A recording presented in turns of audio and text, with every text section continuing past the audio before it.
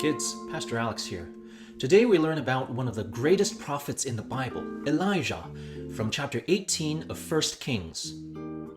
Elijah served as a prophet to the northern kingdom of Israel during the reign of Ahab, who was their most evil king to date. Ahab was the son of Omri, who was originally an army commander but became king after he quashed Zimri's rebellion and defeated Tibni in the civil war that followed. Now Ahab was worse than all the kings before him.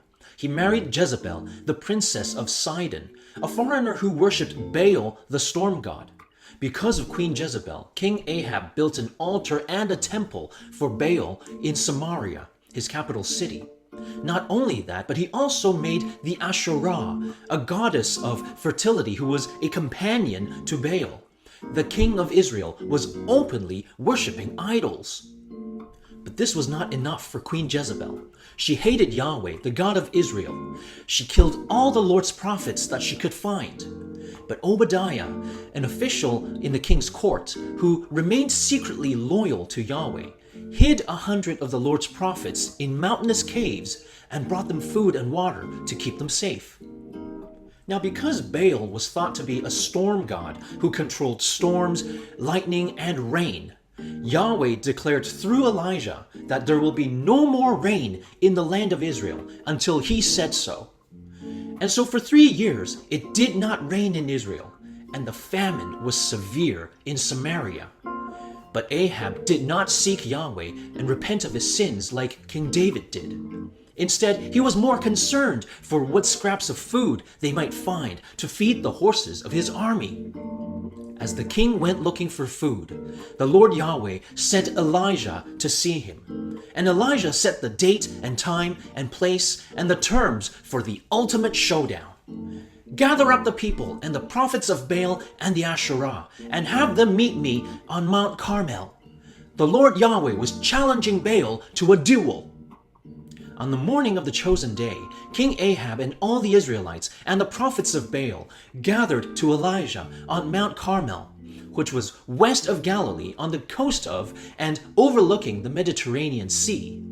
And there, up on Mount Carmel, Elijah stood in front of the people and made it real simple for them. If Yahweh is God, then follow Yahweh. If Baal is God, then follow Baal. Stop wavering and sitting on the fence. Just make up your minds.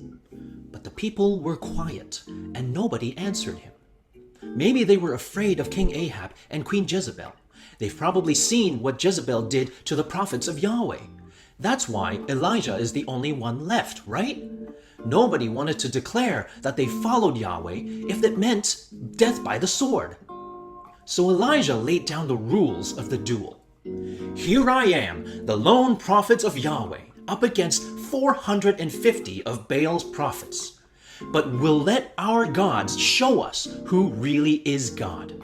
Bring us 2 bulls.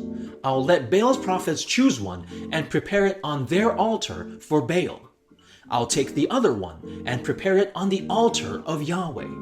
But neither of us will set fire to the bulls. Instead, Baal's prophets will call on Baal, and I will call on Yahweh. And whoever answers by fire, he is the true God. And all the people said, that's a good idea. Let the gods show us who's real and who's the one we should follow.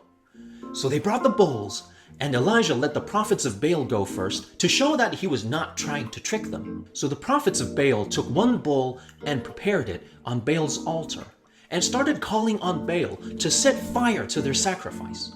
All morning they shouted, Baal, answer us! Answer us, Baal! All morning they danced around their altar and shouted to Baal, but there was no answer.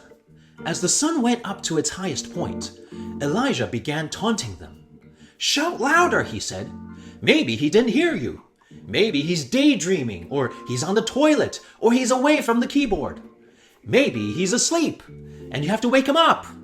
And the prophets of Baal shouted louder and danced harder and started slashing themselves with swords and spears according to their rituals. They'll do anything to get Baal's attention. In fact, they probably even believed that the drought of the past 3 years were a result of Baal's death, And as his prophets, they had to perform these rituals to revive him so that he would bring rain again. But despite their shouting and dancing and slashing and bleeding and chanting of their magic words, there was no reply.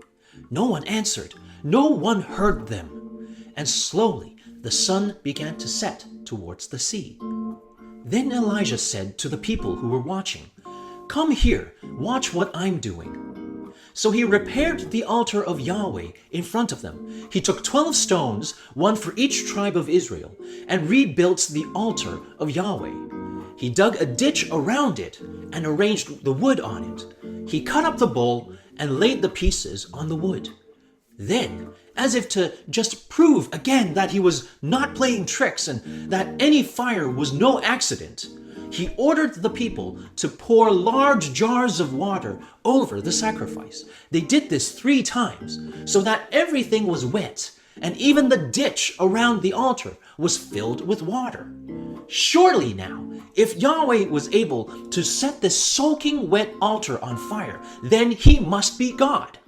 Once everything was set, and the time came for the evening sacrifice, Elijah stepped up and prayed. "Lord, you are the God of Abraham, Isaac, and Israel. Today, let everyone know that you are God in Israel. Let them know that I'm your servant. Let them know that I've done all these things because you commanded me to. Answer me, Lord, answer me. Then these people will know that you are the one and only God. They'll know that you are turning their hearts back to you again." And just like that, the fire of the Lord came down and burned up the sacrifice, the wood, the altar, and even the water around it. And faced with this undeniable act of power and authority, the people bowed down with their faces on the ground and cried out, "Yahweh is God! Yahweh is God!" And Elijah ordered the people to round up the prophets of Baal, who were shown once and for all to be false prophets who worshipped idols against the commands of Yahweh. And he slaughtered them in the valley. And he sent King Ahab home as rain started falling again by the will of Yahweh. Elijah's name literally means Yahweh is God. And his most famous act was in showing the Israelites beyond a doubt that Yahweh, in fact, is God. But his troubles were not over. He had to run and hide from Queen Jezebel, who wanted him dead for killing her prophets. But that's a story for another day. Now, in this chapter, although the king might have been tempted away by his queen and her idols, the people were still on the fence, and there were some still loyal to Yahweh, but trying to survive by hiding in caves or hiding their true loyalties while serving in the king's court, like Obadiah. Yahweh didn't just hand them over. He fought for the loyalty of his people. He demonstrated for this generation of Israelites his power and supremacy. He gave them a new opportunity to witness his hand the way that the generations under Moses and Joshua did. He gave them the chance to decide for themselves whether Yahweh is God and whether they will serve him. This is true even today. Every generation and every individual needs to decide for themselves whether Yahweh is God, whether Jesus is God, and whether they will follow him and serve him.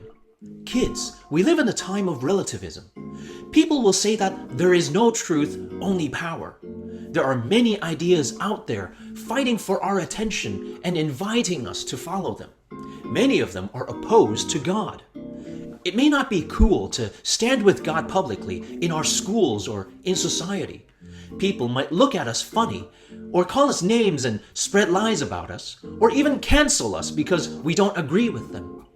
And we might be tempted to compromise our faith so that we can survive in this world, just like the Israelites did. Or at the very least, we might want to hide our faith and loyalty, like Obadiah and the 100 that he helped and saved. But kids, remember that God is always fighting for our loyalty. Jesus says that whoever says in front of others that they know him, he will also say in front of his Father in heaven that he knows them.